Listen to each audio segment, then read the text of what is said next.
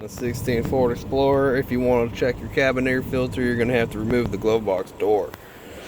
To do that, what you're going to need to do is you're going to need to start with the hinges first. You're going to have to go under here.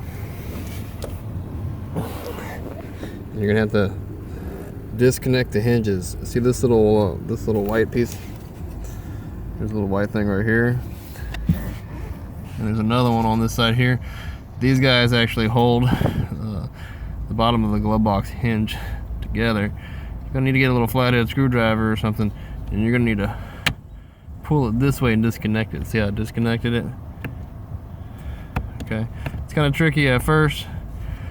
You might want to get a flathead screwdriver and pry it this way, and then it'll move. I've already done this one where it'll move easily. Now you're gonna need to do that on both sides.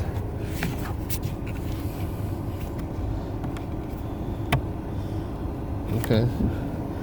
And then I'll let you remove the glove box completely. But the next step is you're going to go over here to the damper.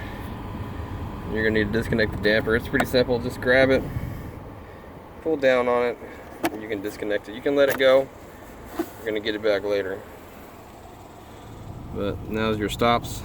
Your stops are actually, what stops the glove box are these guys right here. All you got to do is push them up so the glove box goes around them. There's one on this side too.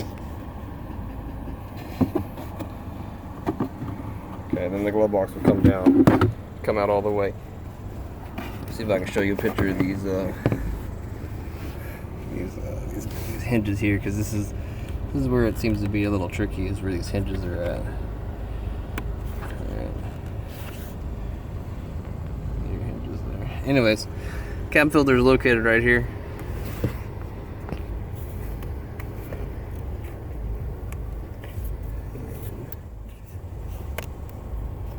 And you just pull up on these. Dang. A little on there pretty good. Get yourself a little flathead screwdriver. I'm gonna have to pry up on these little pieces here. I'm gonna do that real quick.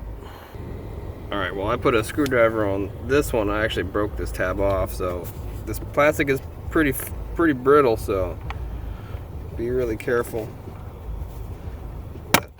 You can pop it right off, so be real careful. I broke this one that side, but it'll be okay. And there's this filter there. I don't actually have a new one, so I'm just gonna check this one to see if I need to order one.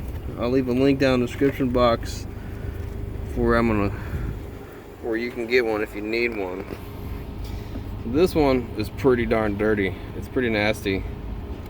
So I'll go ahead and order one of those. Again, the link is down in the description box on which one I'm going to get. Here's a Ford part number right there, and make that a little bit easier on you. But I'll go ahead and leave a link. That'll make that super easy.